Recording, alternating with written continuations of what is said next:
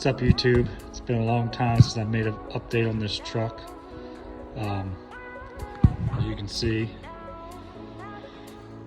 last time you saw this engine, it was being put back together. Now it's been painted, sitting in the truck, transmission's bolted up, and we're working on fabbing everything up, intake piping, CAC pipes, and exhaust. Using a mechanical fan. I'm going to go with the Dodge fan. A lot of people are using a 7.3 fan on a Dodge fan clutch. I've looked up and actually borrowed a 7.3 fan from a buddy. The 7.3 fan turns the opposite way. This engine turns clockwise from the front, and so does the fan. The 7.3 fan, the belt goes, the fan is run with the smooth side of the belt, so it turns the opposite way of engine rotation, so the blades are going a different direction. I don't understand how people are using this 7.3 fan blade on a Dodge fan clutch. I mean, I understand it'll bolt up, but the fan blade spinning the wrong direction. And nothing I've read says that anybody's modified the belt routing system to accommodate for that. So anyway, we're going with what Dodge put on there from the factory. We got our turbo on there. Like I said, we're working the exhaust. Everything I've gotten as far as swap parts has been from DCS. Their mounts, their alternator bracket, to use the factory 6.0 alternator.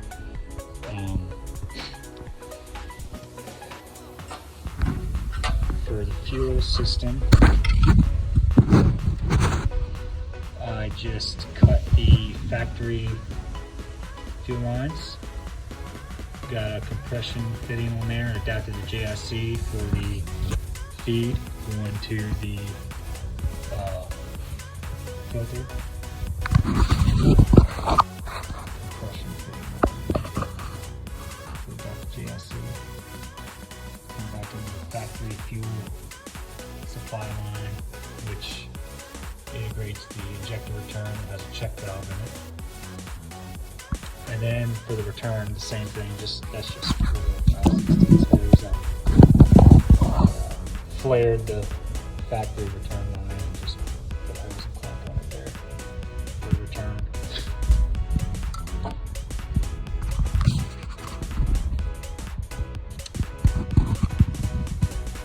DCS power steering line, going to the Hydro Boost. We gotta get rid of the Ford reservoir and suction line, and then because I'm getting rid of that, that's where the slave cylinder reservoir mounts, so I have to make a mount. I think I'm just gonna go right there. Take it around to the other side.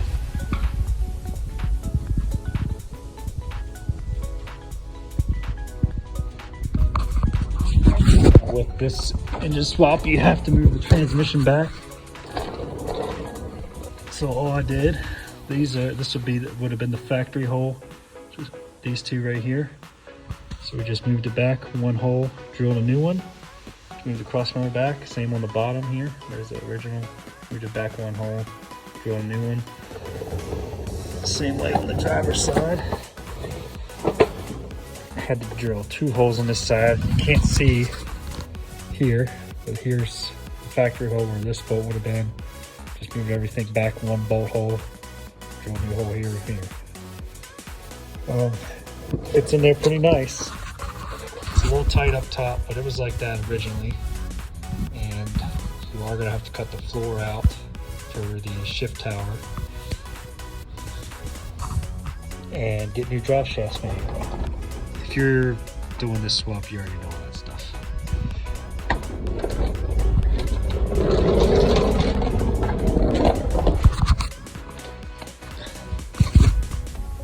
So basically, I just want to make an updated video because I know it's been a while. A lot of progress has been made since the last video, so it's kind of my fault being just trying to get everything done and not taking the time to pull the camera out. I'll try to do better. So there you go. We're getting close. Next step is going to be all the piping, coolant piping, intercooler piping, exhaust, and then it's going to be on to the wiring harness. My plan there is to just totally strip down the entire OEM engine harness, plug it in with what I want in the truck, which is just going to be oil pressure, coolant temp, and oil temp, and then whatever the swap helper kit needs for the tach, whether it's just the crank or the crank and the cam. I haven't looked it up yet. And the alt stuff for the alternator and AC. Everything else I'm just going to cut out of it. Once the engine's running and everything's working correctly, I'll cut out what I don't need and relume the whole thing. It shouldn't be that big a deal. But, everything's fitting very nicely, almost like Ford designed it this way. I have to trim this a little bit right here around this belt, but they must have been anticipating that the 6-liter was going to be that much of a piece of junk, that they designed it to have a much better engine in it. It really does fit in there very nicely, and everything works pretty easily with all the factory Ford stuff like the radiator and CAC. The only little bit of issue which you could fix with the different valve covers, our oil fill was kind of under the fan shroud here. Nothing you can't fix with using a funnel every time you got to put oil in it and making sure your engine's not running or it'll blow oil everywhere. But small issue there as far as fitment goes. But or like I said, you can go find an industrial valve cover that has a oil fill right in the valve cover. I was able to put the engine in with the oil pan on. For those people that might be curious about that, it was a little tight. There was a few scrapes there. I did have to. I moved the studded valve cover bolts to the rear. I did have to cut those, but the cab stayed where it was. Might have had to angle the engine forward or backward a little bit just to finagle it in there, but went in pretty easily. Did it by myself, so really wasn't that bad. The only one other small cool item I'll show you. You can see it.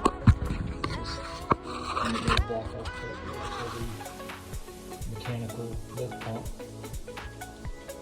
Not something a lot of people will see, but it's a cool little detail. So we'll keep plugging away and try to keep it updated.